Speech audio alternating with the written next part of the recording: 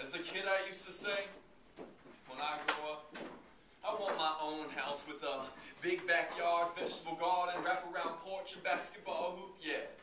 I want to be able to sign a deed, pay property taxes, and chill as my friends peacefully smoke weed on my back deck. I want to own some land. But it's strange how experiences can change just because I've wanted property for the past 20 years, and after spending 1 month in a nation labeled occupied, in a country disputed on maps, in a place where people die over land daily, I no longer know what I want, let alone what owning land even means. I no longer know how to define where I live, because when I look in the mirror these days, I feel like an Israeli settler stealing Palestinian land. I feel like a European pilgrim stealing native land from Plymouth Rock to Mount Zion. I don't know who I am anymore, or if we even belong here. Maybe we should all go back. Return Texas to Mexico and let Mexicans become linguistic bulimics, purging force-fed identities and ripping Spanish out of their tongues so Apaches and Comanches can speak true American dialects. Tell the conquistadors to go home.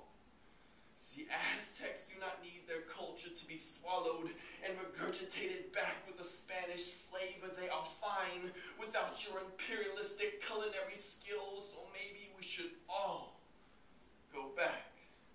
So I have seen Israeli settlements with my own eyes, and they seem more like my neighborhood back home than anything I know. It is all too real.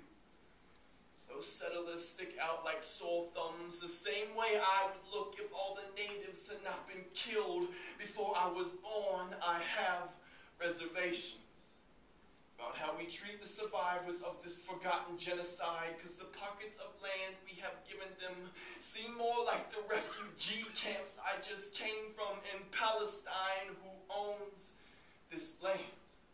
What does that even mean? From Jerusalem to Jamestown, there were so many claims over a concept that makes so little sense. So I ask, who bought the land from Mother Earth in the first place? Show me the deed with his signature seared in supernova stardust, with God bearing witness by stamping a notary seal in Adam's blood. Who has this original divine document? Because everything since then has been a forgery. A forest fire disguised as a burning bush, giving God's orders through smoking barrels and manifest destiny. But there is an old adage, an ancient native proverb that says we do not inherit the earth from our children, we borrow it from them.